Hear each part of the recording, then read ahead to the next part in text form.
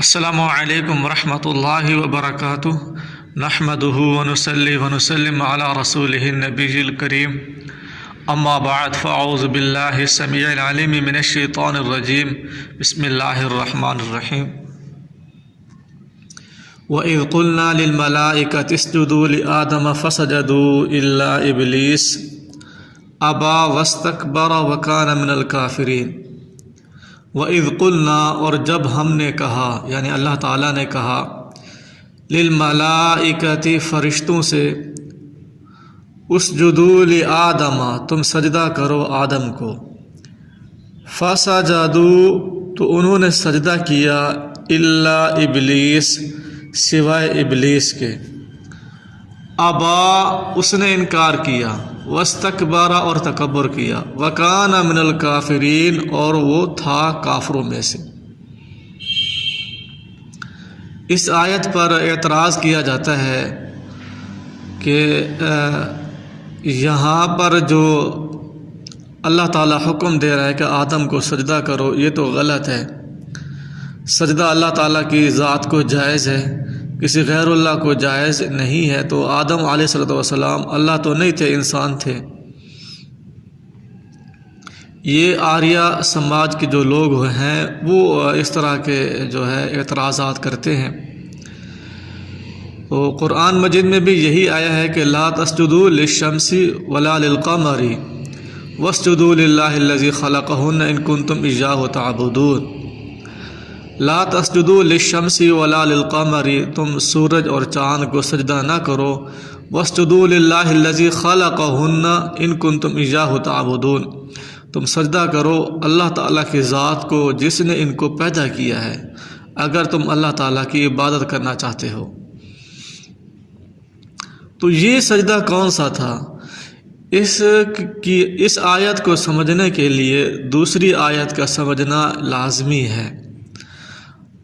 تو ابلیس نے سجدہ نہیں کیا تھا، اس نے کیا اعتراض کیا؟ اس نے اعتراض یہ کیا تھا انا خیر منہ خلقتنی من نار وخلقتہ من طین، کہ آدم کو یہ تعظیم مل رہی ہے، اس کو سجدہ کیا جا رہا ہے، یہ عزت مل رہی ہے، اس کو سجدہ کیا جا رہا ہے۔ انا خیر منہ میں تو آدم سے بہتر ہوں، افضل میں ہوں، مجھے سجدہ کیا جانا چاہیے۔ خلقتنی من نار وخلقتہ من طین، مجھے اے اللہ تو نے آگ سے پیدا کیا اور تو نے آدم کو مٹی سے پیدا کیا۔ تو ابلیس نے قیاس کیا سب سے پہلے کہ آگ جو ہے وہ مٹی سے افضل ہے، حالانکہ بات اس طرح نہیں تھی۔ اس نے اندازہ لگایا۔ اس آیت کو ملانے سے یہ بات سمجھ آ جاتی ہے کہ آدم علیہ السلام کو جو سجدہ کیا جا رہا ہے یہ تعظیمی سجدہ تھا، عبادت والا سجدہ نہیں تھا، وہ تو صرف اللہ تعالیٰ کی ذات کو جائز ہے۔ جیسے کہ نبی کریم صلی اللہ علیہ وسلم نے بھی ارشاد فرمایا اگر کسی کو سجدہ جائز ہوتا تو میں بیوی کو حکم دیتا کہ وہ اپنے خاوند کو سجدہ کرتی۔ تو عبادت والا سجدہ صرف اور صرف اللہ تعالیٰ کی ذات کو جائز ہے۔ یہ سجدہ جو تھا تعظیمی سجدہ تھا، کیونکہ ابلیس لعین نے یہ اعتراض کیا تھا کہ اس آدم کو کیوں اتنی عزت دی جا رہی ہے کہ میں تو اس سے بہتر ہوں، انا خیر منہ خلقتنی من نار وخلقتہ من طین، میں تو اس سے کیا ہے بہتر ہوں۔ عزت تعظیم میری ہونی چاہیے، تعظیمی سجدہ مجھے ہونا چاہیے، آدم کو نہیں ہونا چاہیے۔ تو اس سے واضح ہو جاتا ہے کہ یہ سجدہ تعظیمی سجدہ تھا جو آدم علیہ السلام کو کیا گیا تھا۔ یہ پہلے شریعتوں میں جائز تھا، اب امت محمدیہ میں نبی کریم صلی اللہ علیہ وسلم نے اس سجدے سے منع فرما دیا، اللہ تعالیٰ نے بھی منع فرما دیا ہے، اب جائز نہیں ہے۔ وَإِذْ قُلْنَا اور جب ہم نے کہا للملائکۃ فرشتوں سے اسجدوا تم سجدہ کرو لآدم آدم کو فسجدوا پس انہوں نے سجدہ کیا الا ابلیس سوائے ابلیس کے ابا اس نے انکار کیا واستکبر اور تکبر کیا وکان من الکافرین اور تھا وہ کافروں میں سے۔ اب دیکھیے یہ تعظیم کی جا رہی ہے. وقلنا اور ہم نے کہا یا آدم اے آدم اسکن تو ٹھہر انتا تو و زوجک اور تیری بیوی الجنت باغ میں وکلا اور تم دونوں کھاؤ منہا اس میں سے راغدن با فراغت یعنی جتنا چاہو حیث شئتما جہاں سے شئتما تم دونوں چاہو ولا تقربا هذه الشجرة فتكونا من الظالمین اور مت تم دونوں قریب جانا هذه الشجرة اس درخت کے فتکونا پس تم دونوں ہو جاؤ گے من الظالمین ظالموں میں سے. اللہ تعالیٰ نے نہیں بتلایا کہ وہ درخت کون سا تھا، اس وجہ سے چھان بین کرنا آراء قائم کرنا وہ بات غلط ہے.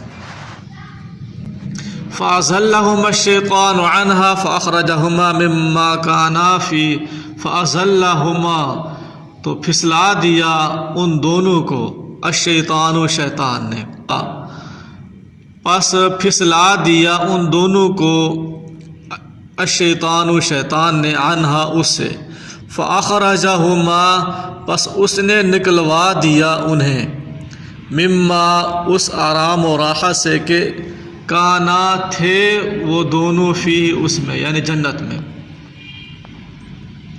وقلنا اہبطوا اور ہم نے کہا اہبطوا تم اترو بعضکم لبعض عدو تمہارا بعض کے لیے عدو دشمن ہے، تمہارا بعض کے لیے عدو دشمن ہے.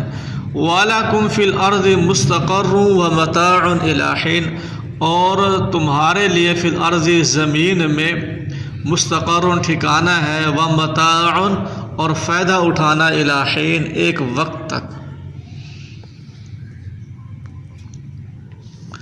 فتلقى آدم من ربه كلمات فتاب عليه إنه هو التواب الرحیم.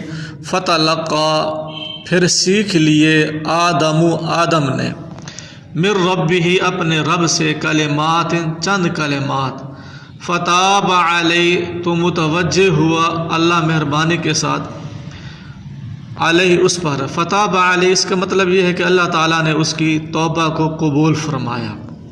انہو هو التواب الرحیم بے شک وہی ہے التواب بہت توبہ قبول کرنے والا الرحیم نہایت رحم کرنے والا.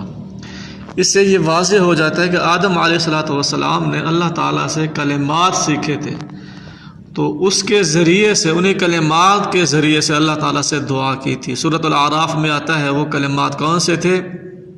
وہ کلمات یہ تھے ربنا ظلمنا انفسنا وان لم تغفر لنا وترحمنا لنکونن من الخاسرین. وہ یہ الفاظ تھے. تو جتنے بھی انبیاء آئے ہیں انہوں نے بغیر وسیلے کے اللہ تعالیٰ سے دعا کی ہے، اللہ تعالیٰ سے توبہ کی ہے.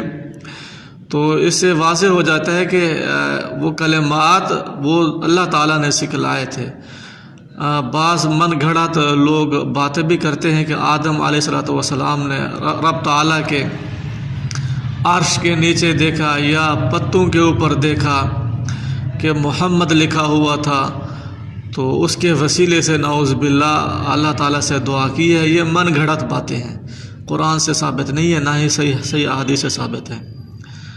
قُلْنَا اهْبِطُوا مِنْهَا جَمِيعًا قُلْنَا ہم نے کہا اهْبِطُوا تم اترو منها اس سے جميعا سب کے سب. یہ آدم علیہ السلام کے ذریعے سے تمام امت کو خطاب ہے.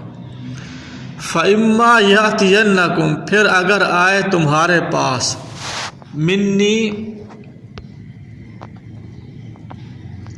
منی میری طرف سے ہدن کوئی ہدایت فمن تبع ہدایا فلا خوف علیہم ولا هم يحزنون میری طرف سے کوئی ہدایت تو جس نے پیروی کی ہدا یا میری ہدایت کی فلا خوف علیہم تو نہ کوئی خوف ہوگا ان پر، نہ کوئی خوف ہوگا ان پر قیامت والے دن ولا هم يحزنون اور نہ وہ غمگین ہوں گے.